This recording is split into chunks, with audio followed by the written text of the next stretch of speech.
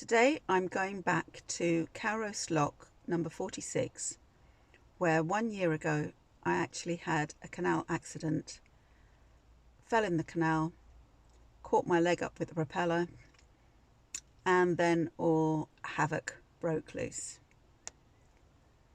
So let's see where this takes me and what it all looks like today.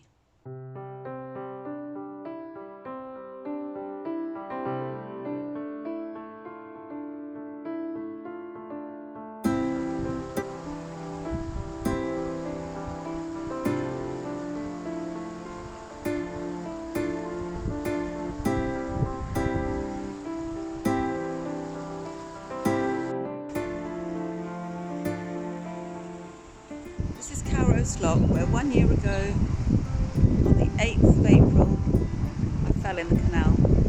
I didn't fall in precisely in the lock, it was outside.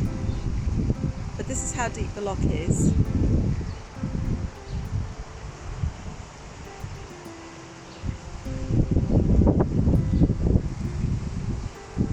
And I think it's that deep the other side of the lock gate.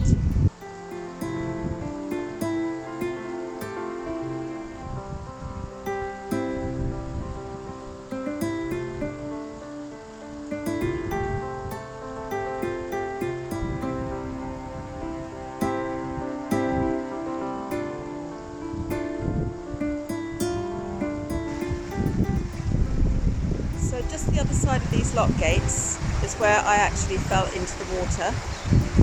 And as you can see, from the top of the sill to the top of the wall is how deep it is on the other side of the gate. So deeper than I expected for a canal anyway. Let's go and see what it's like on the other side of the gate.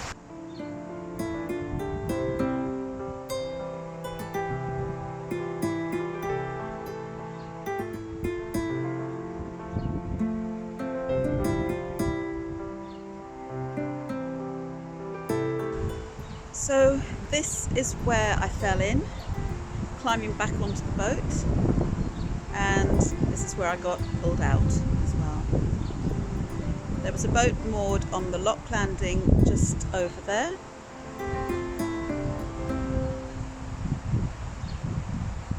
And Peter had just come out of the lock there. And I was climbing on from here. The wind was probably just as bad as it is today, and that was the problem, that Peter's boat was being pushed into the other boat, and I was trying to get back onto the boat in order to prevent a collision. Very silly really. I should have just left Peter to manage the boat, and I should have managed myself. But hindsight is 20/20, isn't it?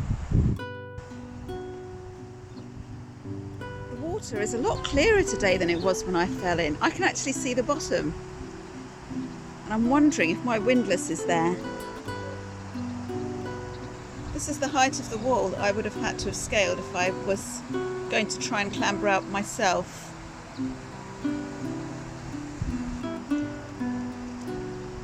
Just think, somewhere down there is my windlass. Might have to come back here with something that is long handled and got a grab on the end to try and find it.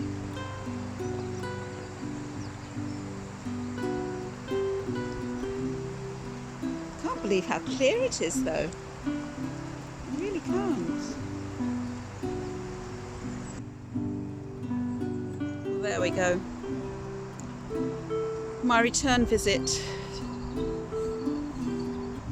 to this spot.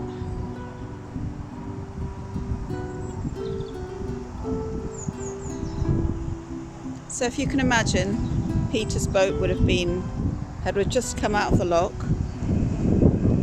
I would have opened the gate for David, who was on the boat that was moored at the water point, and I'd have been stepping back just from that bit of wall there onto the boat. But the wind was as strong as it is now. David's boat was moored about here, so I would have had this sort of triangle from the wall to Peter's boat and to there, that little space. to do what I needed to do to get safe, and obviously I didn't.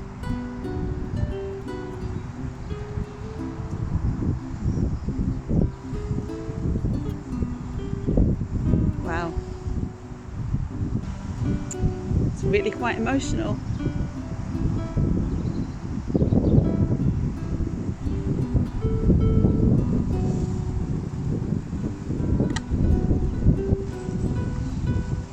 Well, I really didn't think I'd feel this emotional about coming back here, but I am.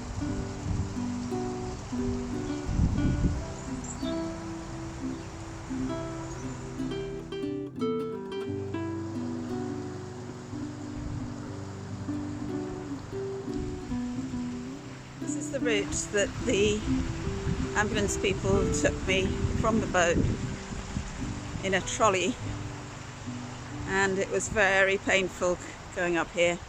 All the little bumps and everything, I felt every single one of them. And then when they got to here, there are a few more bumps, and I don't know exactly where the ambulance was, but I presume it was just here, because this would be the place where there'd be a bit more space. So I suspect the ambulance was here, but I don't really know. And there is the entrance to Cowroast Marina, and there's the bridge. I don't think I was the other side of it, but then I was lying flat on a trolley bed, probably with my eyes closed if I'm perfectly honest. And then I was taken to Watford Hospital, where I stayed for 8 days. I'm sitting here, as you can see, in hospital gowns.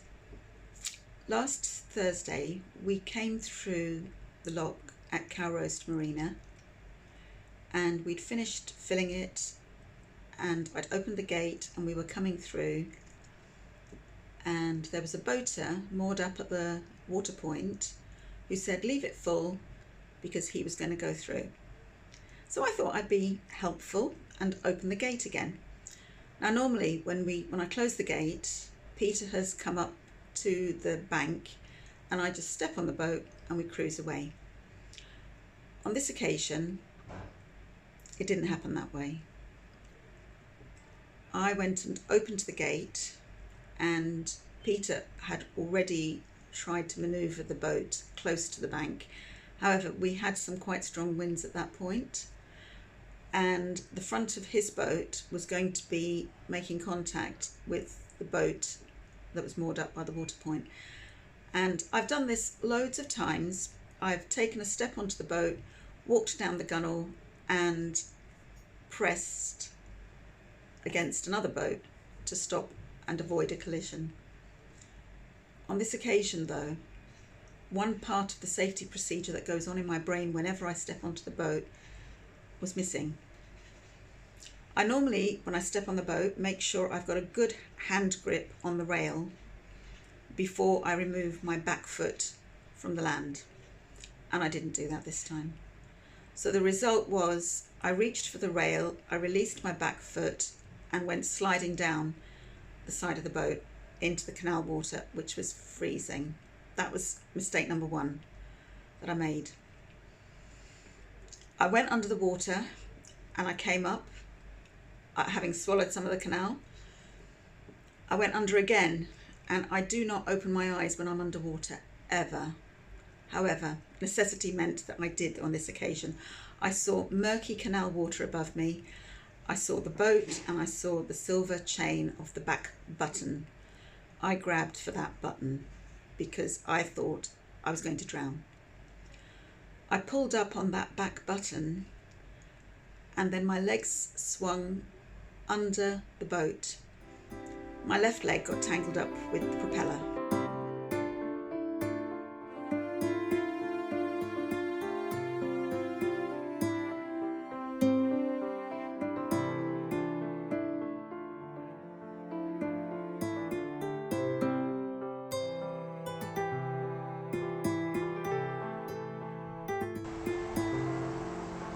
What a return visit.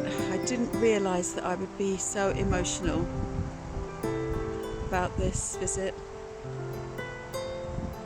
But yeah, I am.